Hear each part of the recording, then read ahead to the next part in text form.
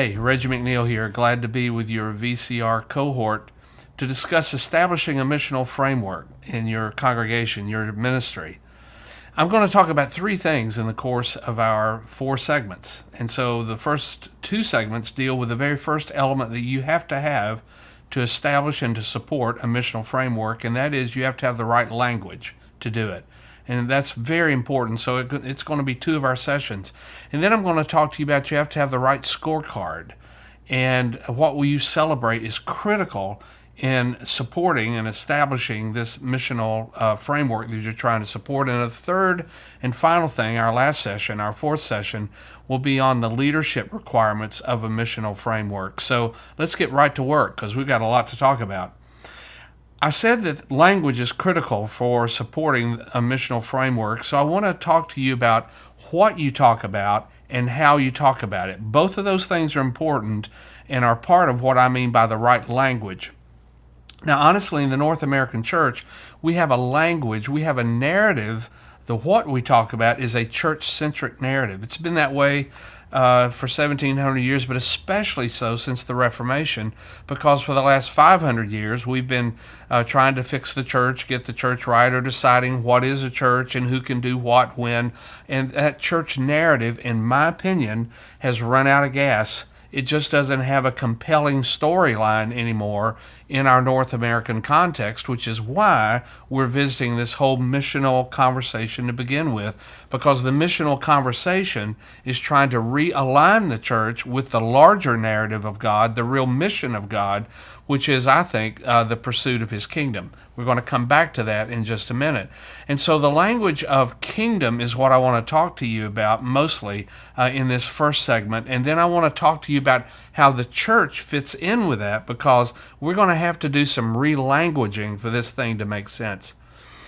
I grew up in church, like many of you perhaps. My dad was a pastor. My two brothers are pastors. My two sisters are married to pastors. I mean, I'm deep in the belly of the beast. I grew up in the church. I had no idea what the kingdom of God was. We sang about it, seek ye first the kingdom. Then we did it in rounds, so it'd be interesting, and we'd stay put, But it made no sense to me because no one ever explained the kingdom. It was kind of like, I guess I thought it was like church on steroids. Well, as I got a little older, then the kingdom became maybe two churches cooperating. See the church centricity, if that's such a word, the centrality of church in that thinking.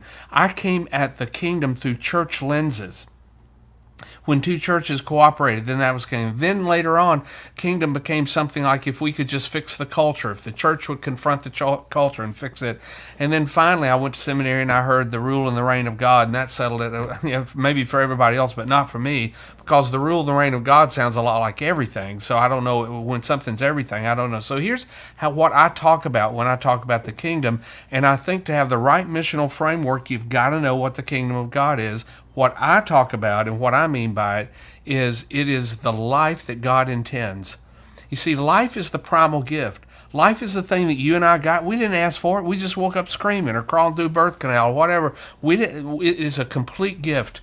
The first story of the Bible, in the middle of that garden, there's a tree of life. When Eden is disintegrating, God sends an angel to stand guard over what? The tree of life. Flash forward to the end of the book. We've got in the Revelation a city with a river of life running through it, trees of life on both sides. Jesus said, I'm the way, the truth, the life. He said, I've come to give you life and give it to you more abundantly. I mean, life is the main point of all the intersection that God has with the planet.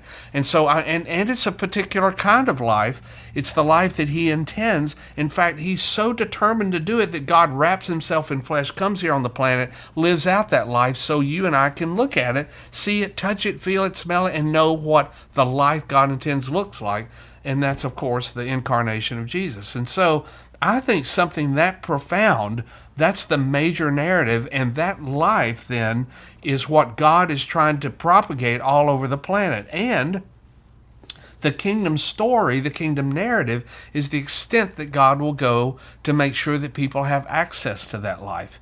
And so, in fact, what I'm hoping is that in a missional framework in your congregation has you talking about a quality of life, which includes the spiritual dimension, but it includes far more than that. This is why when Jesus taught us to pray, "Thy kingdom come, your will be done on earth as it is in heaven," it's not just heaven, in pie in the sky by and by, or a relationship with God. It's the lame walk, the blind see, lepers are made whole. Those were the phrases that Jesus used in his day.